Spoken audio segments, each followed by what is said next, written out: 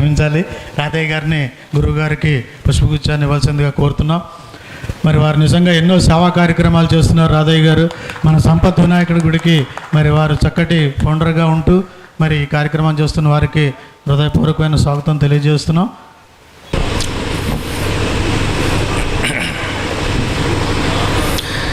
మాతృదేవోభవ. తెల్లవారక ముందే దేవి గౌరమ్మ దీవెనల్బడసడి దీపము తల్లి. తెల్లవారక ముందే దేవి గౌరమ్మ దీవెనల్బడసడి దీపము తల్లి. తెల్లవారినన్ కనులు తెరువని నిన్ను తీయని తిట్లతో దీవించు తల్లి. తెల్లవారక ముందే దేవి గౌరమ్మ దీవెనల్బడసడి దీపము తల్లి. తెల్లవారినన్ కనులు తెరువని నిన్ను తీయని తిట్లతో దీవించు తల్లి. ఎల్లలేనట్టి ఈ తల్లి ప్రేమలు ఎల్లలోకమ్ములా ఇట్టులుండెడినో. ఎల్లలేనట్టి ఈ తల్లి ప్రేమలు ఎల్ల దేశములా ఇట్టులుండెడినో. తల్లి పూజలు భారతాంబ సొంతమ్మో. తల్లి పూజలువే తల్లి పూజలు తల్లి ప్రేమలు భారతాంబ సొంతమ్మో. తల్లి పూజలు వేద ధర్మసారమ్మో. మన తల్లి తరువోజ మన పూజ మన జన్మమున కామె మధుమాధవీజ.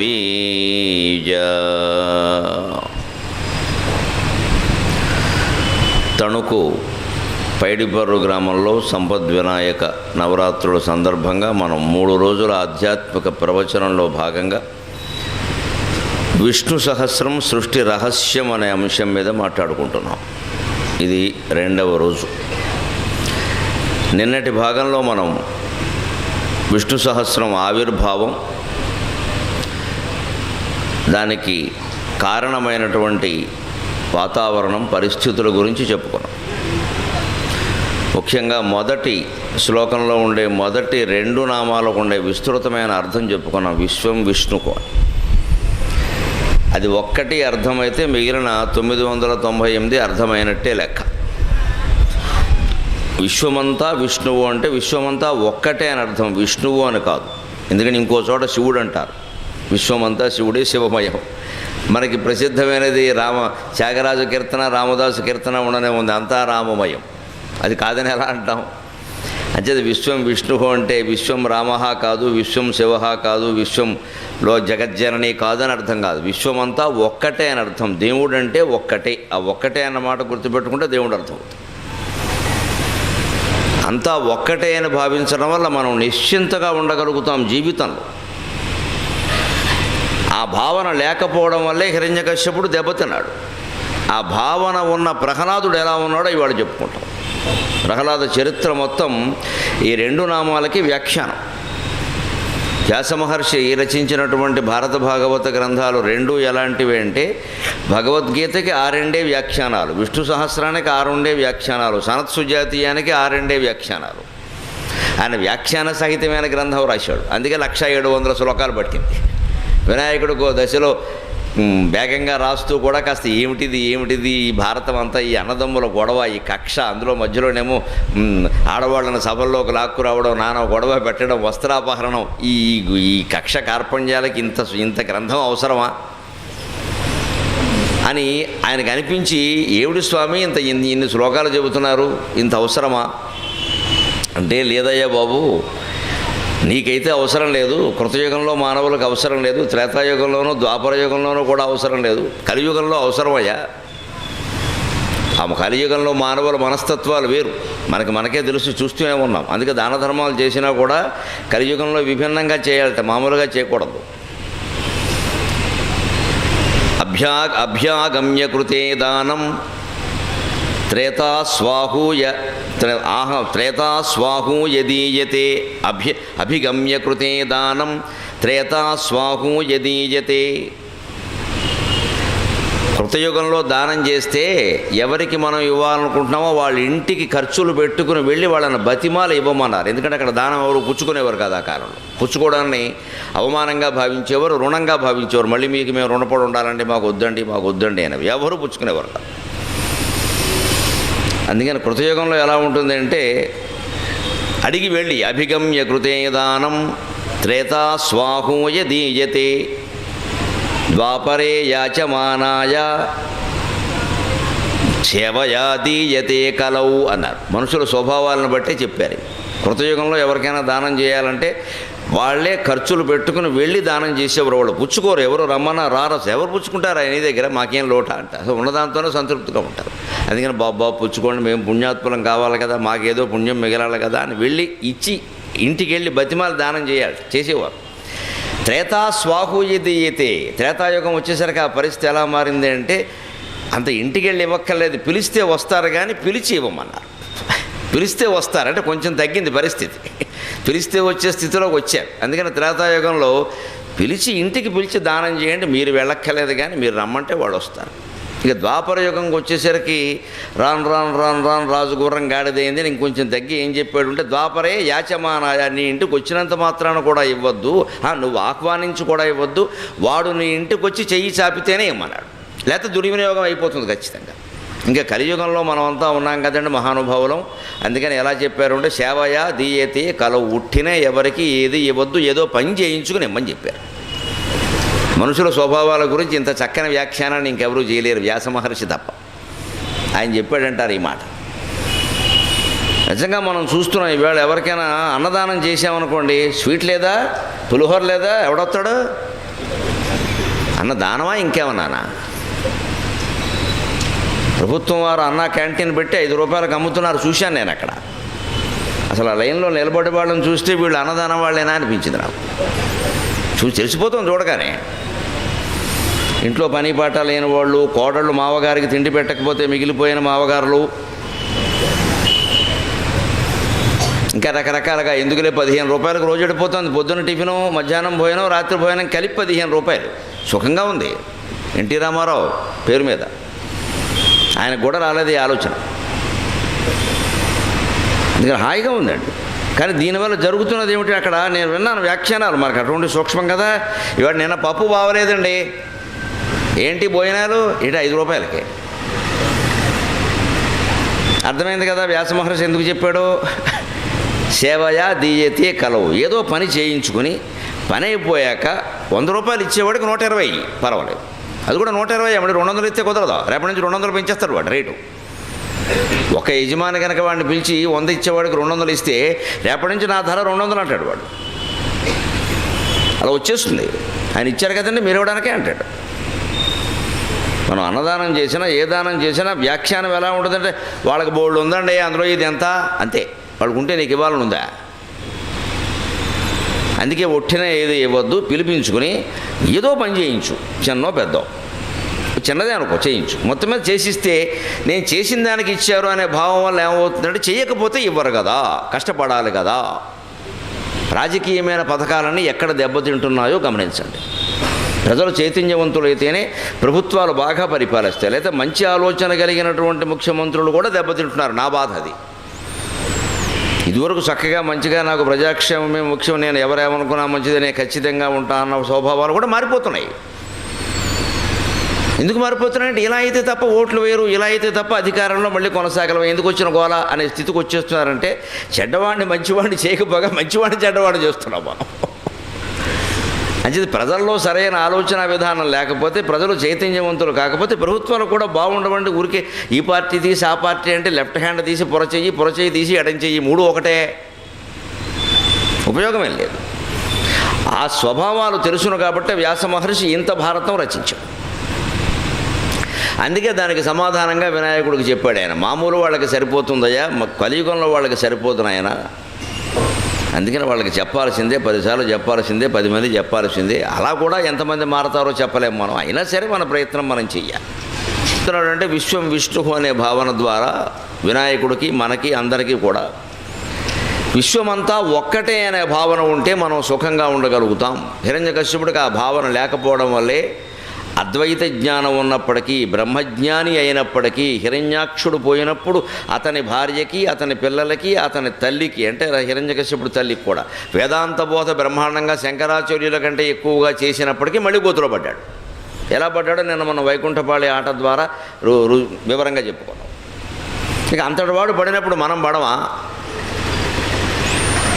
మనం కూడా తెలుసుండి కూడా మాయలో, వ్యామోహాలలో, చాపల్యాలలో ఎందుకు పడిపోతూ ఉంటామంటే ఆ జ్ఞానాన్ని స్థిరంగా నిలబెట్టుకునే ప్రయత్నం చేయి. మళ్ళీ దాని గురించి ఆలోచించాం. మనం లౌకిక విషయాలు ఆలోచిస్తాం, ఏదో పోదాలేదు ఎందుకు వచ్చింది అన్నట్టుగా వెళ్ళిపోతాం. అలా కాకుండా దాని మీద దృష్టి పెడితే ఖచ్చితంగా దానికే కట్టుబడి మనం ఉండగలుగుతాం. దానికోసం నేను మనం హిరణ్యకశ్యపుని యొక్క కథ చెప్పుకున్నాం. మనం అతను ఎక్కడ దెబ్బతున్నాడు? తపస్సు చేసినప్పుడు పంచభూతాలు అతనికి స్వాధీనమయ్యాయి. తపస్సులోంచి బయటికి రాగానే పంచభూతాలకి అతను భయపడ్డాడు. పంచభూతాలకి భయపడితే ఒక రకం, పంచభూతాత్మకమైందే ప్రపంచం. 5 వస్తువులకు సంబంధించి ఈ ప్రపంచం అంతా తయారైంది. 5 వస్తువుల సమ్మేళనంతో భూమి, నీరు, అగ్ని, వాయువు, ఆకాశం. మీరు ఏ వస్తువుని తీసుకున్నా, ఇక్కడ మన దగ్గర ఉన్న మొత్తం వస్తువులని తీసుకున్నా ఈ 5 సమ్మేళనం. ఈ 5 కాంతి ఏదీ లేదు. అందుకే ఏ వస్తువు యొక్క మూలంలోకి వెళ్ళినా పంచభూతాలే వస్తాయి. ఏదో ప్లాస్టిక్, ఇదేదో పుష్పగుచ్చం అన్నాం. మన పుష్పానికి మూలం ఏమిటి? చెట్టు. చెట్టుకు మూలం ఏమిటి? మట్టి. మట్టి అంటే భూమి కాదా? మరి పంచభూతాల్లో ఒకటే కాదా? మట్టి లేకుండా చెట్టు వచ్చిందా? చెట్టు లేకుండా పువ్వు వచ్చిందా? పువ్వు లేకుండా పుష్పగుచ్చం వచ్చిందా? పోనీ పైన ప్లాస్టిక్ కాగితం ఉంది. ప్లాస్టిక్ మూలం ఏమిటి? ఇసుక రేణువులు, సిలికాన్ రేణువులు. సిలికాన్ రేణువులు, ఇసుక, మెత్తటి ఇసుక రేణువుల నుంచి ఈ సిలికాన్ ప్లాస్టిక్ ఎవడు కనిపెట్టాడు? బెక్కలాం అనేవాడు కనిపెట్టాడు. మొత్తం ప్రపంచాన్ని ఆటం బాంబు కంటే ముంచేసాడు వాడేవాడు. దాన్ని ఎక్కడ వాడాలో అక్కడ వాడడం అనేసి మొత్తం వాడుతున్నాం మనం. అదేదో నీళ్ల గదుల్లో, మరుగుదొడ్లో అలాంటి చోట మనకి విద్యుత్ సంబంధమైన వ్యవహారాల్లో వాడితే మనకి షాక్ కొట్టకుండా అది ఉపయోగిస్తుంది. అతను చేసిన పని మంచిదే. కానీ మనం ఇప్పుడు నిత్య జీవిత అవసర వస్తువు చేసేసాం మనం. ఇంత దుర్వినియోగం అవుతుందని బెక్కలామ కూడా ఆలోచించి ఉండడు అక్కడ. ఏది కనిపెట్టిన వాడైనా. కానీ ఆ ప్లాస్టిక్ మూలం ఇసుక రేణువులు కదా. ఇసుక రేణువులకు మూలం మట్టే కదా. మట్టిలోంచి కాకపోతే ఇసుక ఎక్కడి నుంచి వచ్చింది? అది మళ్ళీ భూమే. భూమికి మూలం నీరు, నీటికి మూలం అగ్ని, అగ్నికి మూలం వాయువు, వాయువుకు మూలం ఆకాశం, ఆకాశ స్వయం విష్ణువు. ఇది ఇనప కడ్డి, ఇనుముకు మూలం ఇనుప, మ్యాంగనీస్, ఐరన్ ఓర్ అంటారు, ముడి ఇనుము అంటారు. ఇనుముకు మూలం ముడి ఇనుము. ఆ ముడి ఇనుముకు మూలం మట్టి. మళ్ళీ మట్టిలోనే రకరకాల ఖనిజాలన్నీ ఏర్పడ్డాయండి. వసుంధర అంటారు భూమిని. అందుకనే అష్టవసువులను ధరిస్తుంది, 8 రకాల లోహాలను ధరిస్తుంది కాబట్టి వసుంధర అన్నారు. వసుంధర అయితే ఇది వసుంధర అంటే భూమి అని అర్థం. అంటే ఇనుము కూడా ఒక లోకమే కదా. దానికి మూలం ముడి ఇనుము అంటే మట్టితో కూడా గడ్డకట్టేసి ఇనుము, దాన్ని మళ్ళీ శుభ్రం చేస్తారు. అదో పెద్ద ప్రక్రియ. అంతకుముందు అది ఐరన్ ఓర్ అంటారు, తర్వాత ఐరన్ అంటారు. ఆ ఐరన్తో ఇవేవో తయారు చేసి ఇంకా అక్కడి నుంచి ఐరన్లో ఇంకాస్త మళ్ళీ వేరే రకం ఉక్కు. ఇనుము లేకుండా ఉక్కు రాదు కదా. ఈ ఇనుముకు మూలం మట్టి, మళ్ళీ మట్టికి మూలం నీరు, నీటికి మూలం అగ్ని, అగ్నికి మూలం వాయువు, వాయువుకు మూలం ఆకాశం, ఆకాశ స్వయం విష్ణువు. ఇలా ఏ వస్తువుని తీసుకున్నా విష్ణువు దగ్గరికి వెళ్ళి ఆగుతుంది కాబట్టి విశ్వం విష్ణువు అన్నారు. అంటే విశ్వమంతా ఒక్కటే అన్న భావన మనకుంటే ఎవరిని ద్వేషిస్తాం? ఎవరిని ప్రత్యేకించి అభిమానిస్తాం? నువ్వు ద్వేషించేవాడు, అభిమానించేవాడు కూడా ఒక్కడే కదా. ఒకే పదార్థం. మనం ఒకే పదార్థం అని ఎందుకు అనుకోలేకపోతున్నామంటే మనం ప్రత్యేకంగా ఈ శరీరానికి పరిమితమై నేను ప్రత్యేకం అనుకుంటున్నాం. ఖచ్చితంగా నీకు, ఇప్పుడు నాకు ఆ శరీరానికి మధ్యలో కుర్చీ ఉంది, 2 సీసాలు ఉన్నాయి, ఎనప మెట్లు ఉన్నాయి, ఏదో తివాసి ఉంది, మైక్ ఉంది, ఇవన్నీ ఉన్నాయని కూడా. కానీ ఈ మొత్తం పంచభూతాత్మకమని ఒక్కసారి ఆలోచన చేస్తే ఇవన్నీ మొత్తం కలిసిపోతే ఒకటే. ఆయన ఓ మనిషి, ఆయన శరీరం వేరు, నా శరీరం వేరు, ఇది మాత్రమే నాకు పరిమితం, అది నాకు పరిమితం కాదు అనుకోవడం వల్ల ఈ మధ్యలో ఉండే వస్తువులు కూడా ఉండడం వల్ల నాకు ఆయనకి ఇంత దూరం ఉంది అని చెబుతున్నాం. నిజానికి మనం దూరం లేదు. ఈ వస్తువులన్నీ కలిపేసి ఒకటే పంచభూతాల కింద ఆలోచన చేస్తే మూలంలోకి వెడితే అంతా ఒకటే. ఆ మూలంలోకి వెళ్ళేటువంటి మనస్సుని మాటికి మనస్సుకు మనం శిక్షణ ఇవ్వాలి. మూలంలోకి ఇచ్చేది అది ప్రహ్లాదుడు ఇచ్చాడు. ఆ శిక్షణ ఇచ్చినప్పటికీ అహంకారానికి లోనయ్యాడు కాబట్టి హిరణ్యకశ్యపుడు దెబ్బతిని పంచభూతాల నుంచి వరం కోరితే పర్వాలేదు, సాగు లేదని రేలన్ ఘస్రములం తమ ప్రబల భూరిగ్రాహ రక్షో మృగ వ్యాళాదిత్య నరాది జంతు కలహ వ్యాప్తిన్ సమస్తాస్త్ర శస్త్రాళిన్ మృత్యువు లేని జీవనము లోకాధీసి ఇప్పింపవే అన్నాడు. నిన్న దాన్ని వివరంగా చెప్పుకున్నాం. ప్రతిదానికి భయపడ్డాడు వాడు. పగలు జావద్దన్నాడు, రాత్రి జావద్దన్నాడు, అది కూడా ఒక వరుసలో కూడా చెప్పలేదు కనీసం. ఎందుకంటే భయపడిన వాడి మనస్సు ఎలా ఉంటుందంటే ఏం ఆలోచిస్తాడో వాడికి తెలియదు. ప్రతిదానికి అదిగో అదేదో ఊగుతోందండి, అదేం ఊగట్లేదు, ఊరికే తెర గాలికి ఊగుతోంది. వాడికి అది ఎలా కనపడుతుంది? పూర్వం దెయ్యం సినిమాలు ఉండేవి చూడండి, అది తెర ఊగుతూ ఉంటుంది రాత్రి 12ంటికి. నిన్ను వీడని నీడను నేనే అంటుంది, వీడు చచ్చిపోతూ ఉంటాడు ఎక్కడ. గాలికి తెర ఊగింది అది. వీడు మంచం మీద పడుకుని వేరే భావంతో ఉండడం వల్ల ఆ తెర ఊగుతుంటే దెయ్యం ఊగుతున్నట్టు అనిపిస్తుంది వాడికి. మనకి మామూలు తెర ఊగడం కింద కనపడుతుంది, వాడికి ఎలా ఎందుకు కనపడుతుంది? వాడి మనస్సులో దోషం అది, అంతేగాని అక్కడ దెయ్యం లేనే లేదు అసలు. అలాగే హిరణ్యకశ్యపుడికి ప్రతి వస్తువును చూసి భయం కలిగింది. నాకంటే భిన్నమైంది అని అనుకోవడం వల్ల. మంచిది, ఆ భయం లేనటువంటి ప్రహ్లాదుడు ఎలా మాట్లాడాడో మనం చూడాలి. అదే ప్రహ్లాదుడు విష్ణు భజన చేస్తూ ఉంటే ఎక్కడున్నాడురా నీ విష్ణువు అనేది ప్రశ్నించాడు ఆయన. అప్పుడు ప్రహ్లాదుడు చెప్పిన సమాధానం చూడండి. కలడంభోతి కలండు గాలి కలడ ఆకాశస్థలిన్ కుంభినిన్, కలడంభోతి కలండు గాలి కలడ ఆకాశస్థలిన్ కుంభినిన్, కలడగ్నిన్ దిశలన్ పగళ్ళ నిశలన్ ఖద్యోత చంద్రాత్మలన్, కలడగ్నిన్ దిశలన్ పగళ్ళ నిశలన్ ఖద్యోత చంద్రాత్మలన్, కలడోంకారమునన్ త్రిమూర్తుల త్రిలింగ వ్యక్తులందు అంతటన్ గలడు ఈశుండు గలండు తండ్రి వెదుకంగా నేల ఇయాయడన్ అని స్పష్టమైనటువంటి సమాధానం చెప్పాడు. పైగా పోతన గారు ఎంత అందంగా రాశాడో ఆ ప్రణాళికను మెచ్చుకోవాలి. పద్య నిర్మాణం కాదు, ఈ పద్య నిర్మాణం కాదు, పోతన గారి పద్యాలు ఎప్పుడూ బాగుంటాయి. ఆ ప్రణాళిక. ఇంతకుముందు ప్రహ్లాద చరిత్ర మొదలుపెట్టేటప్పుడు ఏమి రాశాం ఓసారి చూసుకున్నాడు ఆయన వెనక తాటాక తిరగేసి. వీడేం వరాలు కోరాడు? గాలిన్ కుంభిని అగ్నిని అంబువుల ఆకాశస్థలిన్ దిక్కులన్ రేలన్ ధస్రములన్ తమఃప్రబల భూరిగ్రాకరక్షోమృగవ్యాళాదిత్యనరాది జంతు కలహ వ్యాప్తిన్ సమస్తాస్త్రశస్త్రాళిన్ మృత్యువులేని జీవనము లోకాధీశ ఇప్పింపవే అని కదా వీడి చేత పలికింపజేశాం మనం. వీడు దేనికి భయపడి, చావుకు భయపడి ఏ వస్తువుల నుంచి చావు రావద్దు అని వరం కోరాడో ఆ వస్తువులన్నింటిలోనూ విష్ణువు ఉన్నాడు అని ప్రహ్లాదుల చేత చెప్పించకపోతే పరిష్కారం ఎలాగా? అందుకని ఎక్కడో ప్రహ్లాద చరిత్ర మొదట్లో హిరణ్యకశ్యపుడు తపోవనానికి వెళ్ళినప్పుడు రాసిన పద్యానికి పోటీ పద్యం అన్నట్టుగా ఇది రాశాడు ఈయన. దీనికి దానికి మధ్యలో 300-400 పద్యాలు ఉంటాయి. అది మహాకవి ప్రణాళిక అంటే. నోటికి తోచిందల్లా రాసుకుంటూ పోవడం కాదు. కాగితాలు ఖాళీగా ఉన్నాయి కదా, సమయం కుదిరింది కదా, ఆ వెనకాల ఏమి రాశాం, ఇప్పుడు ఏమి రాస్తున్నాం, దానికి ఇది సమాధానం కావాలి ఖచ్చితంగా అనుకున్నాడు. అందుకే సరిగ్గా అక్కడ వేటిని చూసి అతను భయపడ్డాడో అక్కడే విష్ణువు అనేది తన చేసి చెప్పించాడు. కలడు అంబోధి సముద్రంలో ఉన్నాడు, కలండు గాలి వాయువులో ఉన్నాడు, కలడు ఆకాశస్థలిన్ ఆకాశంలో ఉన్నాడు, కలడంభోధి కలండు గాలి కలడ ఆకాశస్థలిన్ కుంభినిన్ కుంభిని భూమిలో ఉన్నాడు, కలడగ్నిన్ అగ్నిలో ఉన్నాడు. సరిగ్గా పంచభూతాలు ఇవే కదండి, పృథివ్య తేజో వాయువు ఆకాశాలు.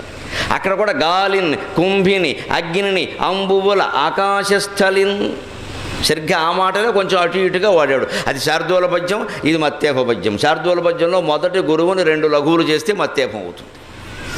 అందుకే శార్దూలంలో 13వ అక్షరం ఇది, మత్తేఫంలో 14వ అక్షరం ఇది. కొంచెం జరిగింది పక్కకి అంతే. శార్దూలం వస్తే మత్తేఫం జరగదు, పెద్ద పొలం చూసి కొంచెం జరుగుతుంది, అందుకని కొంచెం జరిగింది అంతే, అంతకంటే ఏం లేదు. ఆ ఛందో వైచిత్రం కూడా పాటించాం. అక్కడ శార్దూలం వాడాం, ఇక్కడ మత్తేఫం రాస్తున్నాం. శార్దూలంలో గణాలు ఏమిటి, ఇందులో గణాలు ఏమిటి అంచేత మొదటి గురువుని 2 లఘువులు చేస్తే మత్తేఫం అవుతుంది. అందులో ఇది భావపరమైన ఔచిత్యం, ఛందఃపరమైన ఔచిత్యం పాటుగా అసలైన ఔచిత్యం గమనించండి. విష్ణువు సర్వవ్యాపి అని చెప్పాలి. అందుకని కలడంభోధి కలండు గాలి కలడు ఆకాశస్థలిన్ కుంభినిన్ కలడు అగ్నిన్ దిశలన్ పగళ్ళ నిశలన్. అగ్నిలో ఉన్నాడు, దిశలను అన్ని దిశల్లోనూ ఉన్నాడు. ఆ దిక్కులను అక్కడ వాడాడు. ఏ దిక్కులను చూసి విష్ణువు లేడు అనుకుని అవి దిక్కులు అనుకుని ఏ దిక్కైనా తనను చంపేస్తుందేమో అనుకుని అతను భయపడ్డాడో ఆ దిక్కులన్నింటిలో ఉన్నది విష్ణువే కదయ్యా అన్నాడు. నిజానికి అన్ని దిక్కుల్లోనూ భగవంతుడు ఉన్నాడు అని వేదం చాలా స్పష్టంగా చెప్పింది. స ఊర్ధ్వస్తాత్ స ఏవాధస్తాత్ స పురస్తాత్ స పశ్చాత్ స ఏవోత్తరత స దక్షిణత అని ఉపనిషత్తుల్లో ఉంటుంది స్పష్టంగా. స ఊర్ధ్వస్తాత్ పైన ఉన్నదాయనే, స ఏవాధస్తాత్ కింద ఉన్నదాయనే, స పశ్చాత్ వెనక ఉన్నది ఆయనే, స పురస్తాత్ ముందు ఉన్నది ఆయనే, ఎడవైపున ఉన్నది ఆయనే. వ్యాఖ్యానం చేస్తూ శంకరాచార్య తత్ అన్నదానికి ఏమంటారు అంటే, తత్ అనే పదం భాషాపరంగా వ్యాకరణపరంగా నీకు అర్థమైతే దేవుడు అర్థమైనట్టే. ఎందుకంటే తదితి సర్వనామ, సర్వం చ నామ సర్వనామ, సర్వం బ్రహ్మ, తన్నామ సర్వనామ. తత్ అనేది సర్వనామం కదా, సర్వం బ్రహ్మమయం కదా, అటువంటిది తత్ అనేదానికి బ్రహ్మ భగవంతుడు నామం కాకపోతే ఇంకేమిటయ్యా అన్నారు. అందుకే మనం వస్తువులకు పెట్టిన పేర్లు తీసేసి వెంకట్రావు పుల్లారావు అనడం మానేస్తే ఏం చేస్తావు, నువ్వు ఇలా రా అంటావు, నువ్వు సర్వనామం అండి. అది ఇలా పట్టుకురా అంటాం, వస్తువు తీసేస్తే అది సర్వనామం అండి. దీన్ని అక్కడ పెట్టు ఉంటాం, దీనిని సర్వనామం అండి. సర్వనామాలు దేనికైనా వాడతాం. ఎంత ఒక నలుగురు వ్యక్తుల గురించి మాట్లాడాలంటే వారి పేర్లు తీసేస్తే ఆయన ఆయన ఆయన ఆయన, అందరికీ ఒకటే వాడావు, అందరికీ ఆయనే. అప్పుడు ఆయన అంటే ఎలాగయ్యా, ఎవరో చెప్పాలి కదా అంటే వెంకట్రావు పుల్లారావు అంటాం. పేర్లు కనుక తీసేస్తే నామము రూపము రెండూ తీసేస్తే మిగిలేది తత్. అందువల్ల ఆ తత్తే ప్రపంచమంతా వ్యాపించింది. మనం ఎందుకు వ్యామోహంలో పడుతున్నామంటే అన్నిటికీ పేర్లు పెట్టాం. పేర్లు ఎందుకు పెట్టామంటే రూపాలు ప్రత్యేకంగా కనపడుతున్నాయి. రూపాలు ప్రత్యేకంగా ఎందుకు కనపడుతున్నాయంటే నీ రూపానికి నా రూపానికి మధ్యలో ఉన్న రూపాలను మనం రూపాలు అనుకోవట్లేదు, ఖాళీ అనుకుంటున్నాం. అందుకని ఆ రూపం వేరు చేసాం, ఈ రూపం వేరు చేసాం, నువ్వు నేను అని మాట్లాడుకుంటున్నాం ప్రత్యేకంగా. అందుకని వేరుగా కనపడుతుంది. ఆ ఖాళీ కూడా ఒక రూపమే. మధ్యలో ఉన్న ఆకాశం, ఆకాశం ఒక్కటేనా, ఈ వైరు ఉంది, ఈ తివాసి ఉంది, మైకు ఉంది, ఎన్ని ఉన్నాయి, ఇవన్నీ మాత్రం రూపాలు కదా. వీటన్నింటికీ మనం మొత్తం ఈ తీసి పారేసి తత్ అనగలిగితే అది భగవంతుడే కదండి. అంటే తద్ బ్రహ్మ తత్వమసి. అందుకే ఓ రాజుగారు పండితుల సభలో అడిగాట, దేవుడి గురించి నాకు 3 ప్రశ్నలు ఉండిపోయాయండి, 3 ప్రశ్నలు మీరు సమాధానం చెబితే మీకు అత్యుత్తమమైన సత్కారం చేస్తాను అంటే, సరే సత్కారం కదా, రాజ్య సత్కారం కాదనేవాడు. అందులో ఆ రోజుల్లో బంగారు నాణాలు ఇచ్చేవారు. ఆ బంగారు నాణాలు ఆయన ఒక మంచి ముఖమల సంచిలో పెట్టి మూతి కిందకి ఉండేలా వేలాడగట్టేట. ఆశ పెట్టాలంటే మనిషిని అంతే చేయాలి, మూతి కిందకు ఉండేలాగా. అందులోంచి ఓ నాణ్యం కొంచెం ముడివీడి కిందికి పడ్డానికి సిద్ధంగా ఉండేలా పెట్టేట కావాలని. ఈ బ్రాహ్మణులకి పండితులకి అందరికీ వాటికి చూడగానే లొట్టలు వేస్తున్నారు ఇక్కడ. అది ఒక్కటి ఇంటికి పట్టుకెడితే మా ఆవిడ ఎప్పటి నుంచో కాసుల పేరు ఉంటుందో కూడా వదిలిపోతుంది. అందుకని ఇప్పుడు ఈయన దృష్టి కాసుల పేరు మీద ఉంది, ఈయన ఆభరణాల మీద. ఆయనకేమో జ్ఞానం కావాలి రాజుకు. అందుకని చెబితే మేము చెప్పండి 3 ప్రశ్నలు వేసేట్టాను. దేవుడు ఎక్కడ ఉంటాడు, రెండో ప్రశ్న దేవుడు పేరేమిటి, మూడో ప్రశ్న దేవుడు ఏం చేస్తూ ఉంటాడు. వీళ్ళకి ఎంత బుర్ర కొక్కున్నారో ఏమి తోచాలి. ఎక్కడ ఉంటాడంటే ఎలా నిరూపిస్తే వాడు చూస్తే కదా. దేవుడికి పేరు ఏమిటి అంటే బోడు పేర్లు ఉన్నాయి. విష్ణువుకే ఉన్నాయి సహస్రనామాలు, మళ్ళీ అమ్మవారికి సహస్రనామాలు ఉన్నాయి, ఆంజనేయ స్వామి కూడా సహస్రనామాలు ఉన్నాయి, షిరిడీసే కూడా సహస్రనామాలు ఉన్నాయి. లేనిది ఎవరికి ఈ మధ్య స్వామీజీలకే సహస్రనామాలు రాసేస్తున్నారు. నమశివాయ. పీఠాధిపతులకు సహస్రనామాలు రాసేస్తున్నారు. ఘాట్ మ్యాన్ అంటారు, ఘాట్కి కాదు, ఘాట్ మ్యాన్కి కూడా సహస్రనామాలే. భక్తులు ఎక్కువైన కొద్దీ జరుగుతూనే ఉంటాయి విపరీతాలు. అంటే అన్ని పేర్లు ఉన్నాయి. పేరు ఏదంటే ఏం చెబుతాం. ఇంకోటి దేవుడు ఏం చేస్తూ ఉంటాడు చూస్తే కదా ఏం చేస్తూ ఉంటాడు. ఉద్యోగమా, వ్యాపారమా, వ్యవసాయమా, ఇప్పుడు చూడాలి కదా. వీళ్ళు చెప్పలేక ఇంటికి వెళ్ళి వాళ్ళు బాధపడుతుంటే ఓ పండితుడు కొడుకు, వాడు చిన్న కుర్రాడు, వాడికి తెలివి అనేవాడు, చురుకే అనేవాడు. వాడు ఏమి నాన్నగారు అంత దుఃఖపడుతున్నారా, నీకెందుకు లేరా బాబు, రేపు పొద్దున ఈ రాజులతో చెప్పడం, ఇస్తే సత్కారం చేస్తారు, లేకపోతే తలకాయ తీసేస్తారు కూడాను. ఆగ్రహం వచ్చినా అనుగ్రహం వచ్చినా పట్టుకోలేండి. అయినా అధికారంలో ఉన్నవారు ఎప్పుడూ అలాగే ఉంటారు. ఆగ్రహం వచ్చినా పట్టుకోలు, అనుగ్రహం వచ్చినా పట్టుకోలు. అనుగ్రహిస్తారు, తర్వాత వారు చెప్పినట్టు వినకపోతే ఆగ్రహిస్తారు. అందుకని ఆయన బాధపడుతుంటే ఈ పండితుడు కొడుకున్నట్టు వాడికి 12 ఏళ్ళు 13 ఏళ్ళు ఉన్నాయి. మీకు ఎందుకు ఆ ప్రశ్నలు చెప్పండి అన్నాడు. నేను చెప్తాను, నన్ను తీసుకెళ్ళండి. ఒరే నీ తరగా తీసేస్తే పర్వాలేదులండి, చిన్న కూరనే కదా, ఇంకా ఉపనయనం కూడా కాదు, తీసుకెళ్ళండి, మీకు ఎందుకు నేను చూస్తానన్నాడు. అంత బెంగపడతారేమన్నాడు. వాడికి ఏదో ఉంది దృష్టి, ఒకడు అదృష్టం అండి. వాడిని తీసుకెళ్ళి మా అబ్బాయి చెబుతాట అన్నాడు. చెప్పలేండి, దానికేముంది, బాలవాక్కు బ్రహ్మవాక్కు అన్న, నాకు కావలసిన సమాధానం అండి దానికి. అతను అడిగాడు దేవుడు ఎక్కడ ఉంటాడు అని. ఒక డేగిషా నిండా పాలు తెచ్చి ఇక్కడ కాచే ఏర్పాటు చేయండి అన్నారు. వెంటనే ఓ పెద్ద డేగిషాలో పాలు తెచ్చి రాజ్యసభ మందిరంలో మధ్యలో పెట్టి పొయ్యి పెట్టి కాచడం మొదలుపెట్టారు. మొదలు పెడుతుంటే ఈ కుర్రాడు ఓ పెద్ద గరిటె తెడ్డు లాంటివి తీసుకుని ఆ పాలల్లో ఎలా ఎలా ఎలా ఎలా తిప్పుతున్నాడు. ఓ పావు గంట అయింది, వీడు తిప్పుతూనే ఉన్నాడు. ముఖం అంతా ఎర్రపడింది, చెమట పట్టేసింది. దేవుడు కనపడలేదు, పాలు కనపడలేదు. ఏమిటయ్యా తిప్పుతున్నావు, కావాలంటే కుర్రాడికి పాలు కావాలంటే ఇస్తాం, ఊరికే తిప్పకో అన్నట్టు. లేదండి, వెన్న ఎక్కడి నుంచి వస్తుంది రాజుగారు అన్నట్ట. పాలల్లోంచే వస్తుంది కదయ్యా అన్నట్ట. పాలల్లోంచి వచ్చే వెన్న పాలల్లో ఉండాలా వద్దా? ఆ మనిషి ఇంట్లోంచి వచ్చేటువంటి అంతకుముందు ఇంట్లో ఉన్నాడుగా, అందుకని పాలల్లోంచి వచ్చే వెన్న పాలల్లో ఉండాలా వద్దా, అందుకే నేను ఇలా తిప్పుతున్నానండి, నాకు ఎక్కడ వెన్న కనపడడం లేదు అన్నట్టు. అలా ఎలా కనపడుతుంది వెర్రివాడ? పాలు కాచాలి, తోడు పెట్టాలి, రాత్రంతా ఉండాలి, పొద్దున్నే చిలకాలి, ఆ మాత్రం తెలియదా అన్నట్టు. పాలల్లో ఉన్న వెన్న పాలల్లోంచి బయటికి రావడానికి అంత సమయం పట్టినప్పుడు, అంత మధించడం జరిగినప్పుడు, అంతటా ఉన్న దేవుణ్ణి వెలికి తీయాలంటే ఎంత మథనం చెయ్యాలి అన్నట్టు. రాజుగారికి అర్థమైంది, చాలా ఆనందమైంది. బాలవాక్కు బ్రహ్మవాక్కు అంటారు, కురాడు అవతార పురుషుడు అయ్యా, నిజంగా నువ్వు అదృష్టవంతుడు అనిపించి నాకు చాలా సంతోషంగా ఉంది. మరి రెండో ప్రశ్న ఏమిటన్నట్ట, దేవుడు పేరు ఏమిటి అన్నట్ట. మంచిది, ఓ పళ్ళిని తెప్పించమన్నాడు, అక్కడ పెట్టమన్నాడు. ఇంకో చెంబు తెప్పించమన్నాడు, అక్కడ పెట్టమన్నాడు. ఈ రెండు కలిపి ఓ బల్ల మీద పెట్టమన్నాడు, పెట్టాడు. దాని పక్కన ఓ కర్ర తెప్పించమన్నాడు, అది కూడా పెట్టమన్నాడు. ఇప్పుడు చెప్పండి నాకు అదేమిటి అన్నాడు. అది కర్ర అన్నాడు. అది కర్ర అన్నాడు. రెండో దాన్ని చూపించాడు, ఇదేమిటి అన్నాడు. అది చెంబు అన్నాడు. మూడో దాన్ని చూపించాడు, అదేమిటి అన్నాడు. అది పళ్ళెం అన్నాడు. నాలుగో దాన్ని చూపించాడు, అదేమిటి అన్నాడు. అది బల్ల అన్నాడు. బల్ల, చెంబు, కర్ర, పళ్ళెం 4 తీసేయండి, అవి ఏమిటో చెప్పండి అన్నాడు. అది అన్నాడు. అదే బ్రహ్మ, తద్బ్రహ్మ అన్నాడు. ఆయన పేరు అది. మీరు అన్నిటికీ అది అది ఎందుకు చేర్చారండి? అది లేకుండా ఎందుకు చెప్పలేకపోతున్నారు మీరు? పైగా చూపిస్తున్నారు స్పష్టంగా, వేలు పెట్టి చూపించి అది బల్ల, అది కర్ర, అది చెంబు, అది పళ్ళెం, అన్నిటికీ కామన్గా మీరు అది ఎందుకు వాడారు? అదే కదా సర్వనామం. కామన్ అంటే సర్వనామం అంటే కామనే కదా. మనం నామవాచకం అందరికీ వాడలేమండి. రామారావుని పుల్లారావు అని ఎలా పిలుస్తాం? పిలిస్తే పలకడగా. కానీ ఆయనకి ఈయనకి ఇద్దరికి కూడా ఆయన ఆయన ఆయన వాడతాంగా. రామారావుకైనా ఆయనే, పుల్లారావుకైనా ఆయనే. దగ్గరగా ఉంటే ఇద్దరు ఈయనే, దగ్గరగా ఉంటే ఈయన, దూరంగా ఉంటే ఆయన. దగ్గర దూరం తప్పితే పేరులో పిలవడంలో తేడా ఏం లేదు కదండి. ఇలా రా అంటాం, ఎవరినైనా ఇలా రండి అంటాం, అంతే. ఎవరైనా అంతే. ఇలా రండి అని ఒకళ్ళని, ఇలా రాండి అని ఇంత పొడుగు ఇంకోళ్ళని అనం కదా, ఆయనకు అర్థం కాదు, పోండి అనుకుని పోతాడు ఆయన.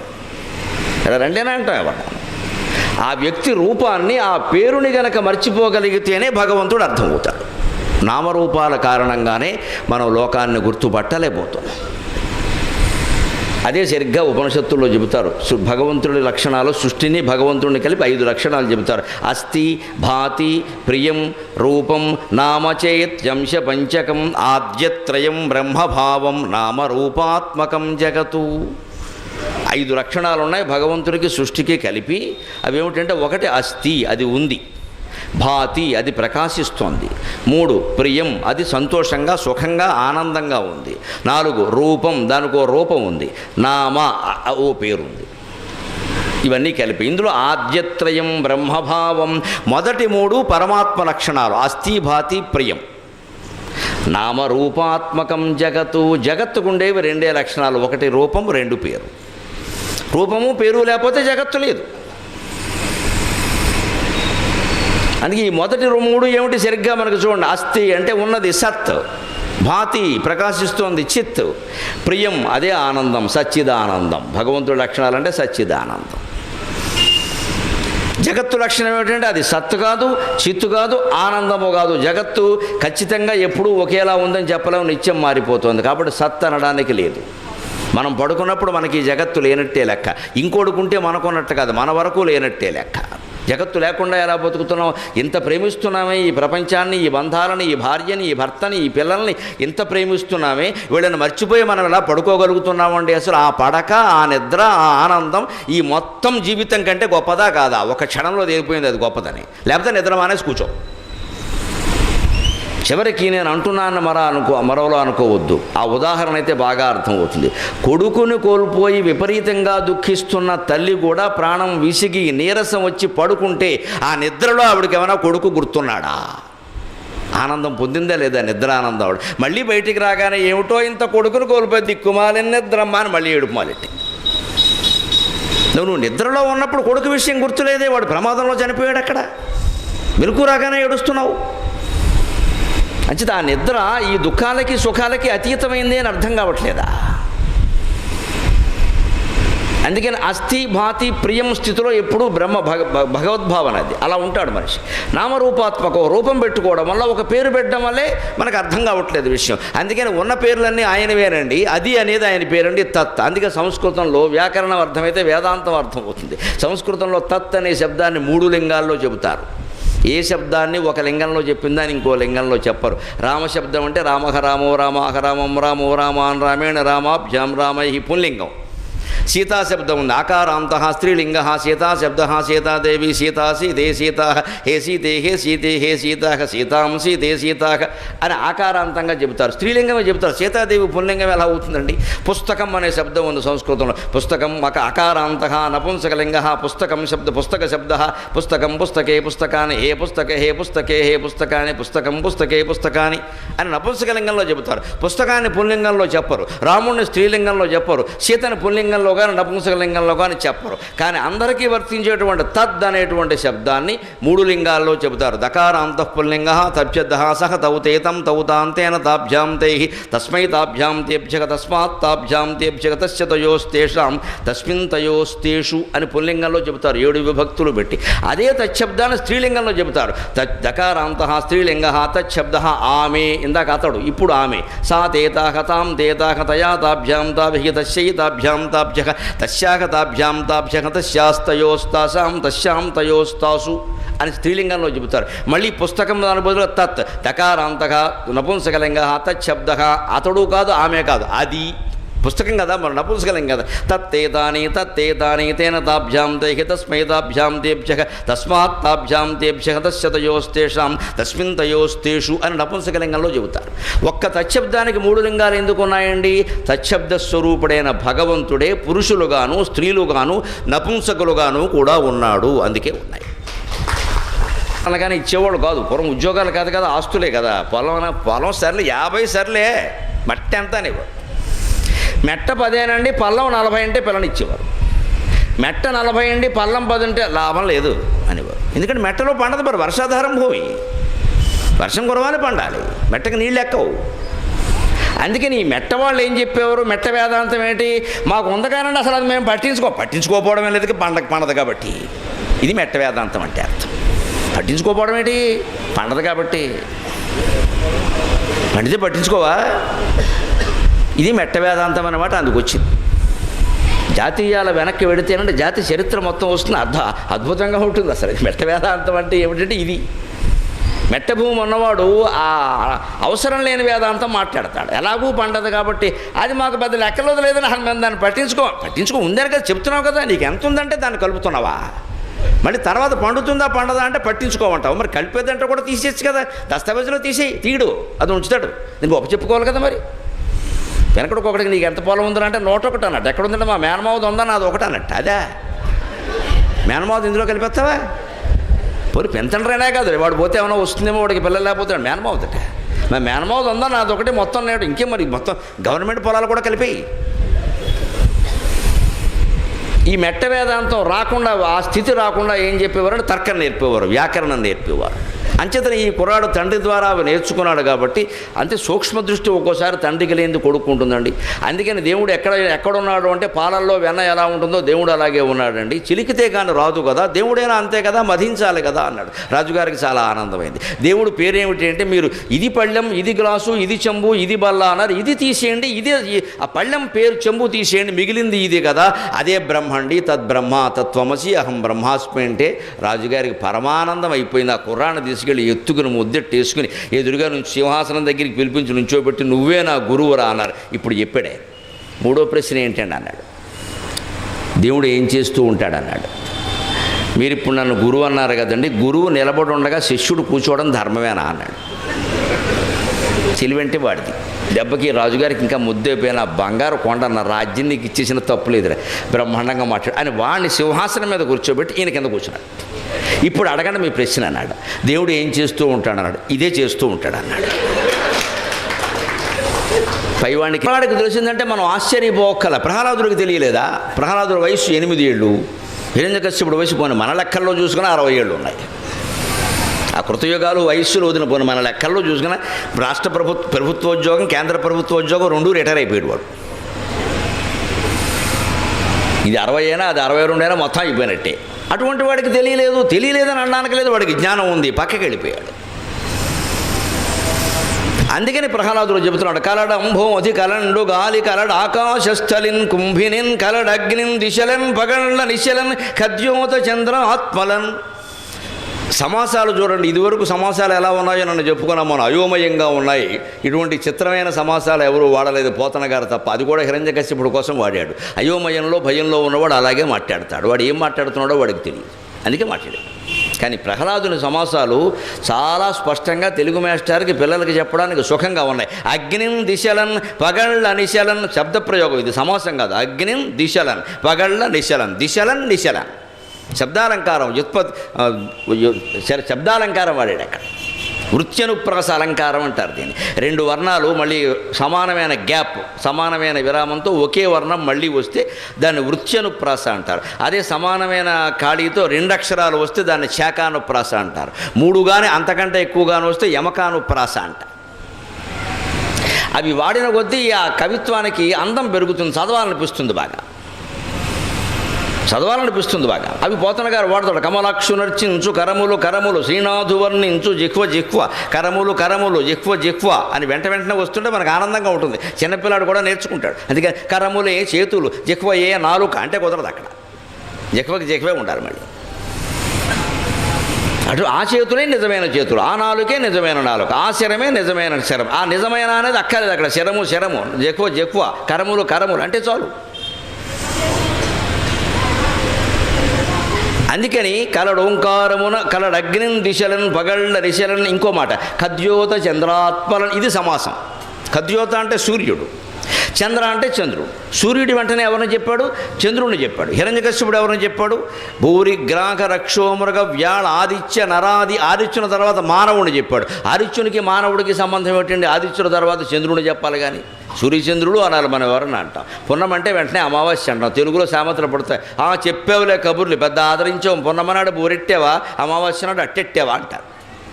పున్నమ వెంటనే అమావాస్య వస్తుంది కానీ పున్నమనాడు బూరెట్టావా, ఏకాదశి నాడు పూరి పెట్టావా అనరు. పున్నమ తర్వాత ఏకాదశి రాదు, అమావాస్య వస్తుంది వెంటనే. నోటికి అలా వస్తుంది లెక్క. ఆదివారం తర్వాత సోమవారం వస్తుంది కానీ మంగళవారం ఎందుకు వస్తుందండి? మాట్లాడడానికి ఒక లెక్క ఉంది కదా. ఆ పద్ధతిలో మాట్లాడుతున్నాడంటే అర్థం ఏంటి? అతని మనస్సు స్థిరంగా ఉంది, హాయిగా ఉంది, సక్రమంగా మాట్లాడుతున్నాడు. హిరణ్యకశ్యపుడు మనస్సు గందరగోళంగా ఉంది, అందుకని ఏం మాట్లాడుతున్నాడు వాడికి తెలియదు. దానికి అనుగుణంగానే భాష రచించాడు. కలడ అగ్నిం దిశలన్ పగళ్ళ నిశలన్ ఖద్యోత చంద్రాత్మలను. సూర్యచంద్రుల్లో కూడా ఉన్నది ఆయనే.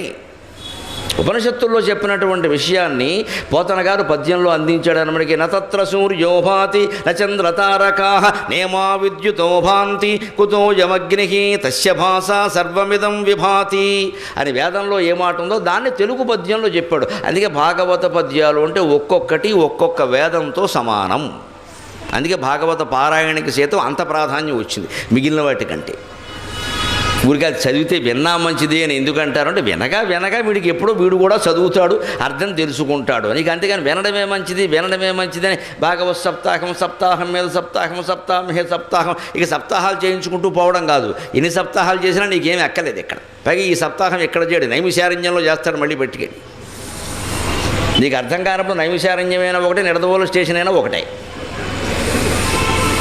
అర్థమైనా కూడా నైమిషారణ్యమైనా ఒకటే, నిడదవోలు స్టేషన్ అయినా ఒకటే. అర్థమైనా ఒకటే, కాకపోయినా ఒకటే. నిడదవోలు చేసుకోవచ్చుగా, మన పక్కన ఉంది నైమిషారణ్యం ఎందుకు పనిలాగా ఇది ఫ్యాషన్ మొదలెట్టారు ఈ మధ్యన. మమ్మల్ని కూడా చంపుతున్నారు అక్కడికి రమ్మని. అక్కడ గాలి ఆడదు, ఒక్క పోసేస్తుంది, చచ్చాం.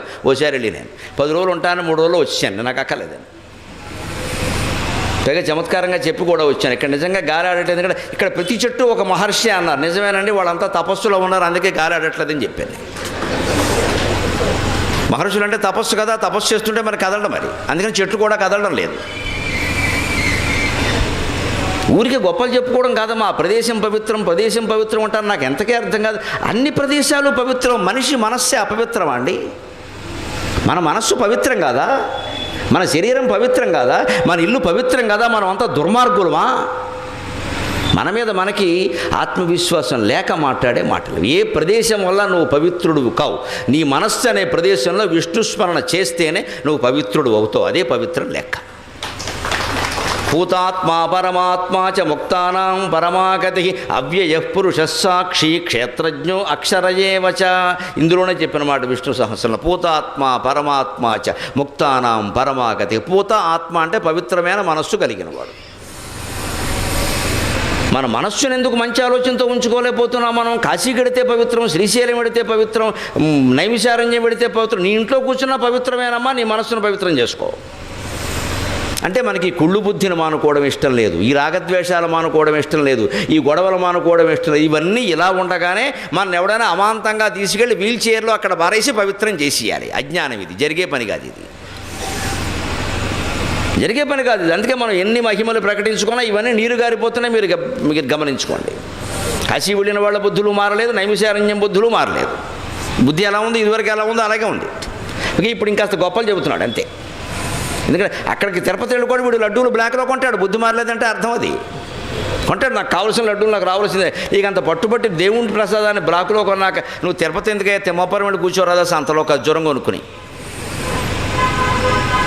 ఈ బుద్ధి మార్చుకోవాలి ముందు. ప్రహ్లాదుడు ఆ బుద్ధి మీద పెట్టాడు దృష్టి, ప్రదేశాల మీద పెట్టలేదు. హిరణ్యకశిపుడు ప్రదేశాల మీద పెట్టాడు. అంచేది అన్ని ప్రదేశాల కంటే పవిత్రమైనది మనిషి మనస్సే. సమస్తమైన తీర్థాల్లో మానస తీర్థం గొప్పది అని శంకరాచార్య చెప్పారు. కాశీఖండంలో అగస్త్యుడు చెబుతాడు, మనస్సును మించిన తీర్థమే లేదు. తీర్థములు మానసములు ముక్తిప్రదములు తరుణు ఇవి మేలు బాహ్య తీర్థముల కంటే.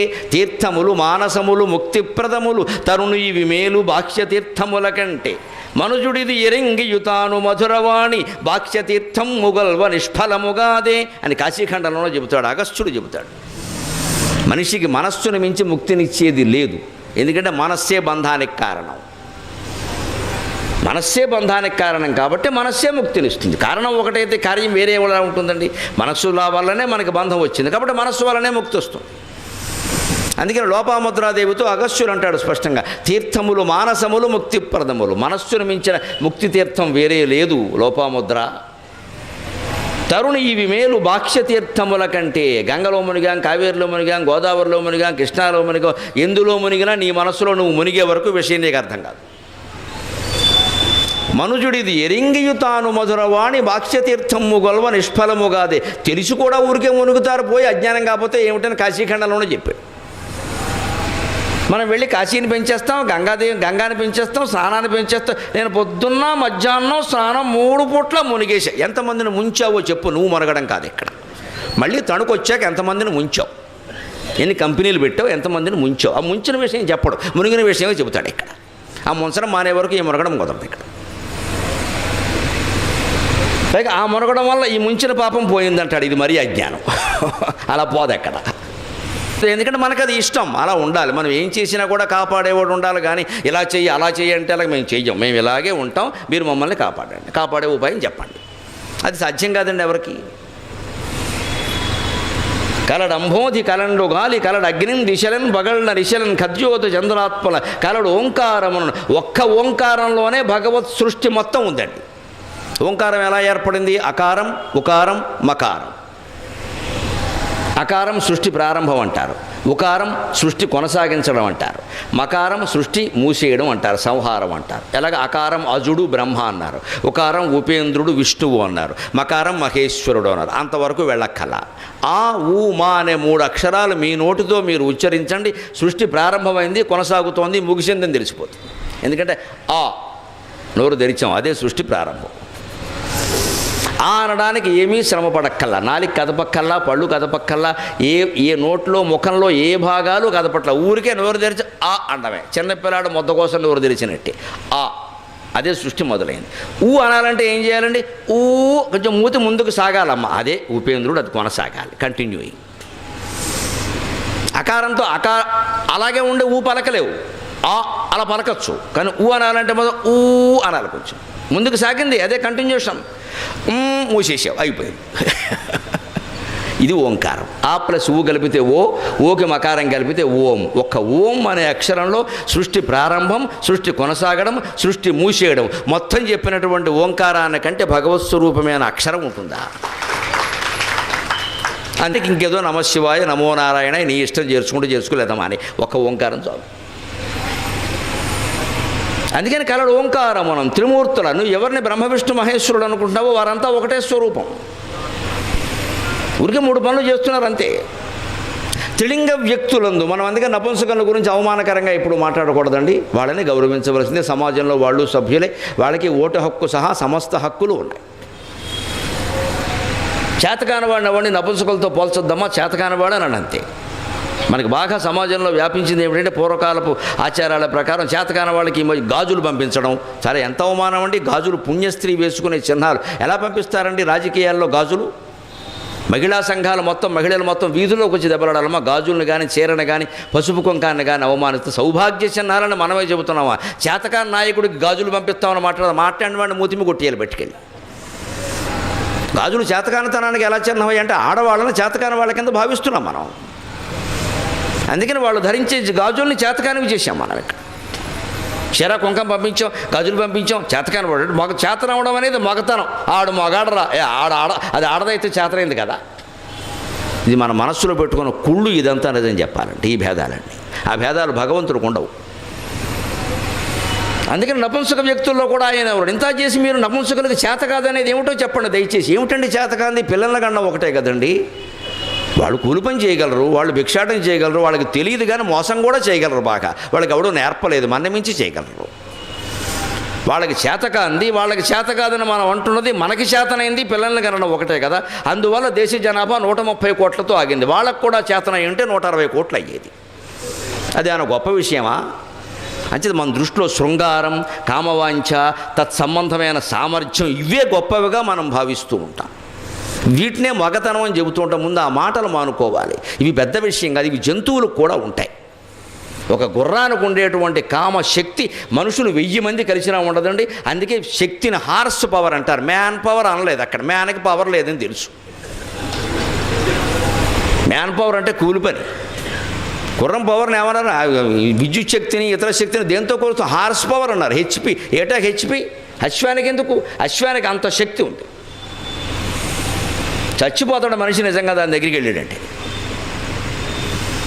ఆ విషయానికి వస్తే కామవాంఛ శక్తి అది మగతనం అంటే గుర్రం నీకంటే చాలా గొప్పది, వీళ్ళు దండం పెట్టుకో. అది పెద్ద గొప్ప విషయం కింద చెబుతారు. ఏమిటి? భక్తి, జ్ఞానం, వైరాగ్యం, నీతి, సత్ప్రవర్తన అవన్నీ పోయి ఈ మగతనం ఒకటి ఉందా ఇక్కడ? దాన్ని ఎక్కడ మెచ్చుకోలేదు భగవంతుడు కానీ, భగవత్ సంబంధమైన గ్రంథాలు కానీ. కలడు ఓంకారమునం త్రిమూర్తుల త్రిలింగ వ్యక్తులందం తటంగలడు ఈశుండు గలండు తండ్రి వెదుకంగా నేలయ్యాయడన్. అన్ని చోట్ల ఉన్నాడయా అని ప్రహ్లాదుడు ఏమన్నాడు అంటే, ఎందుకయ్యా అనవసరంగా వెతకడం అన్నాడు. ఇక్కడ ఒక విచిత్రమైన మాట అంటే దీని తర్వాత ఇంకో పద్యం ఉంటుంది, బాగా తెలుసు అందరికీ. ఇందుగలడు అందులేడని సందేహము వలదు చక్రి సర్వోపగతుండు ఎందెందు వెదకి చూచన అందందేగలడు దానవాగ్రణి వింటే అన్నాడు. ఏమయ్యా విన్నావా తండ్రి? నీకు నేను చెప్పడం ఏటయ్యా కర్మ కాకపోతే నువ్వు నాకు చెప్పాలి కానీ. అది వింటే అంటే అర్థం. ఇందున్నాడు అందులేడు అని సందేహం వెలదయా, నువ్వు ఎక్కడ వెతికితే అక్కడే దొరుకుతాడు. ఇక్కడే పోతన గారు మన తెకమక పెట్టా. విశ్వం విష్ణువు దొరకకుండా చేశాడు. అందుకే మనకు దొరకట్లా. ఏమిటి? పై పద్యంలో ఏమన్నాడు? వెతుకంగానే అలా ఈ ఆయడన్నాడు. ఎందుకు అనవసరంగా అక్కడెక్కడే వెతుకుతామన్నాడు అంటే వెతకదనే కదా. కింద పద్యంలో ఏమంటున్నాడు? ఎందెందు వెతకి చూచిన అందందేగలడు. ఎందుకు వెతకమంటావా మానేయమంటావా? పద్యాల లోతుల్లో గడితే ఇన్ని విశేషాలను ఊరికి కంఠస్థం చేస్తే చేజు చిన్నపిల్లలు కంఠస్థం చేస్తారు. మనం కూడా కంఠస్థం చేసి కూర్చుంటే అలాగే దాని లోతుల్లోకి వెళ్ళాలి. ఇదే పరిశోధన అంట. ఒక హయ్యరింకాముఖ అన్న పద్యంలో నేను ఎన్ని విశేషాలు చెప్పుకున్నా. దుమ్ము శ్రీకృష్ణుడి ఎత్తి మీద పడిందంటే దాని అంతరార్థం ఎంత చెప్పుకున్నాం? లేకపోతే దుమ్ము ఎక్కడ పట్ల? రోడ్డు మీద బండేసుకు వెళ్ళేవాడికి దుమ్ము పడట్లా చెప్పుకుంటామా? మహాకావ్యాల్లో, మహాగ్రంథాల్లో అన్ని అంతరార్థాలు ఉంటాయి. అందుకోసమే వాటిని విస్తృతంగా ఏకాంతంగా చదవాలండి. నేను మొహమాటలు లేకుండా చెప్తున్నా. ఏదో పారాయణ, ఎవరో చెబితే వినడం, ఇవన్నీ నామమాత్రం, మొక్కుబడి. అవి అంతగా ఉపయోగపడవు. అర్థతాత్పర్యాలతో వచ్చే అర్థం కాదనే ముందు భ్రమని విడిచిపెట్టండి. మీరు ఎంత రాజకీయంగా, ఆర్థికంగా, పారిశ్రామికంగా, ఏ రకంగా, ఏ రంగంలో బిజీగా ఉన్నా సరే, రాత్రి అయినా సరే 1 గంట ఆధ్యాత్మిక గ్రంథ పఠనానికి కేటాయించి రామకృష్ణ మఠం వారు ప్రచురించినటువంటి పుస్తకాలు అన్ని పురాణాలు వేశారు ఉపనిషత్తులు సహా. వేసుకుని 1 గంట నా యందు అభిమానంతో చదవండి. ఏడాదితో ఎంత జ్ఞానం మీకే వస్తుందో మీరే చూద్దురు. ఎవరు చెప్పక్కర్లేదు, మీకే వస్తుంది. 1 గంట. 23 గంటలు మన ఇష్టం వచ్చిన కుళ్ళు పనులన్నీ చేద్దాం. 1 గంట కేటాయించలేము మనం. అది కేటాయించిన బద్ధకం ఏమంటామంటే 6 చెప్పేస్తానండి ఇంకేం వెనక్కల. ఇదో బద్ధకం సిస్టం. ఇక్కడ 6 చెప్పి 2 చెప్పి ఉండదు. ఇక్కడ వినడం ఇష్టం, చదవడం ఇష్టం లేక 6 చెప్పి 2 చెప్పి ఎవరు చెప్పరు నీకు. ఇక్కడ నువ్వు వినాల్సిందే. నేను స్వయంగా ప్రవచనకర్త. నా ఖాతాలు ముఖ్యం కాదండి, మనుషులు బాగుపడడం ముఖ్యం. ఎంతకాలం ఎవరు చెబుతారమ్మా? 1 గంట కేటాయించలేం మనం తెలుగులో. వేదాలు సహా ఉన్నాయండి, అన్ని భాగవత పురాణాలు ఉన్నాయండి, అన్ని కావ్యాలు ఉన్నాయండి, ప్రతిపదార్థ తాత్పర్యాలతో వస్తున్నాయి. ఇన్నింటి ఖర్చు పెడుతున్నాం, దాన్ని ఖర్చు పెట్టడం ఎప్పటికీ పుస్తకాల ఖరీదు మిగిలిన వాటితో పోలిస్తే తక్కువే. 1 గంట ఖచ్చితంగా ఇది గ్రంథ పఠనం అని పెట్టుకుని చదివితే వస్తాయండి. ఇందు చూడండి, వెదుకంగానే ఎలా అన్నాడు పైన, కిందేమో వెతకి చూసినా అంటాడు. ఇంతకీ వెతకాలా వద్దా అంటే వెతకాలి. ఎలా వెతకాలి? ఓ రెసిడెన్షియల్ కాలేజీలో చేరింది పిల్ల. పొద్దున్న హడావిడి కదా, రెసిడెన్షియల్ కాలేజీ అంటే ఏమిటంటే 7ంటికే బస్సు, వీళ్ళు తల్లి 3ంటికి లేవాలి, ఇదేమో 5ంటికి లేస్తుంది. లేపక దానికి ఇష్టం లేదు, అందుకని ఆ హడావిడిలో సర్దుకుంటుంది. తల్లి ఏమో దీనికి బాక్స్, టిఫిన్ బాక్స్, ఆవిడ బాక్సింగ్ గొడవ వల్ల ఆవిడ ఉంది. ఓ పక్క మొగుడు ఒకడు, వాడు ఆఫీసు, వాడు సాఫ్ట్వేరు, వాడికి 8ంటికి వెళ్ళిపోవాలి, వాడు గొడవ వాడది. మధ్యలో తల్లి జీవితం హార్డ్వేర్ అయిపోయింది. ఇక్కడ వీడికి క్యారేజ్ ఇవ్వాలి, ఆవిడకి బాక్స్ ఇవ్వాలి. నేను చదువుతుంటే ఈ పిల్ల వచ్చి, అమ్మ నా కళ్ళజోడు కనపట్లేదే, నా కళ్ళజోడు కనపడదు. దీనికి 3వ తరగతిలోనే కళ్ళజోడు వచ్చేసింది, చదువు రాలేదు. కానీ చదువు కంటే ముందు కళ్ళజోడు వస్తుంది. దానికి కళ్ళజోడు ఎక్కడో పడేసింది, కనపట్ల. నాకు కళ్ళజోడు కనపట్ల. వెతుక్కో, చంపేస్తున్నావు నువ్వు ఒకళ్ళు, మీ నాన్న కూడా సమయంలో ఆయన కూడా పెట్టేసింది. ఇప్పుడు ఒరేవు వాడు ఎక్కడో ఉన్నాడు పాపం, ఇంకా బాత్రూంలో. మరి మొగుడు అనడానికి ఒక కారణం కావాలి కదా. అందుకని పిల్లలు అంటూ ఒంట్లో, నువ్వు అక్కడ మీ నాన్న కూడా చంపేస్తూ ఉంటారు నన్ను ప్రతిదీ పారేసుకుని. నేనేం అనలేదు, మిమ్మల్ని నేను అనలేదు అంటుంది ఇప్పుడు. ఇది గొడవ పాపం, చికాకు, అసహనం. ఏం చేద్దాం? ఈ మొత్తం హడావుడి జరుగుతుంటే నాకు దొరకట్లేదమ్మా, I'm searching, have been searching from ½ an hour అని ఇంగ్లీష్ చెబుతుంది. ఇప్పుడు అరగంట నుంచి వెతుకుతుంది, దొరకలేదు. నువ్వు ఇలాగే ఉంటావు అన్నిటికీ, ఇప్పుడు బడి మానేస్తావు వంకటి అని చెప్పి ఆవిడ మొత్తం పని మానేసి వచ్చి వెతికింది. ఆవిడకి 5 నిమిషాల్లో దొరికింది. ఇదిగో కళ్ళజోడు అంది. వెంటనే పాపం పిల్లంది, అమ్మా నేను గంట నుంచి వెతుకుతుంటే దొరకలేదు, నీకు 5 నిమిషాలు ఎలా దొరికింది అంటే, అమ్మా నువ్వు కళ్ళజోడు అనుకుని వెతికావమ్మా, నేను 1000 రూపాయల బడ్జెట్ అనుకుని వెతికానమ్మా, తేడా అది.